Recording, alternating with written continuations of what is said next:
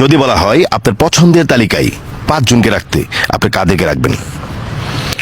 আমার বাবা, বাবা, আমার মা, ফাইন, আমার ভাই, ভাই, আমার বন্ধু, বন্ধু, আর আমার বউ। আপনার বউ। ওকে, ফাইন।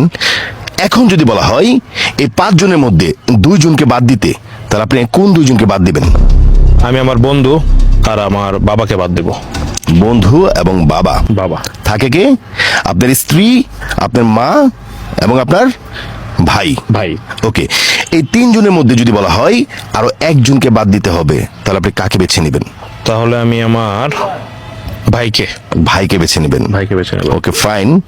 ঠিক এখন যদি বলা হয় এই 2 জনের মধ্যে 1 জনকে বাদ দিতে হবে, 1 জনকে বেছে নিতে হবে, আপনার স্ত্রী এবং আপনার মায়ের মধ্যে কাকে আপনি বাদ দিবেন? খুব কঠিন। আমি আমার মাকে বাদ দেবো, আমার স্ত্রীকে রাখবো। আপনার মাকে বাদ দিবেন? জি। আপনি আপনার মাকে বাদ দিয়ে স্ত্রীকে কেন বেছে নিলেন?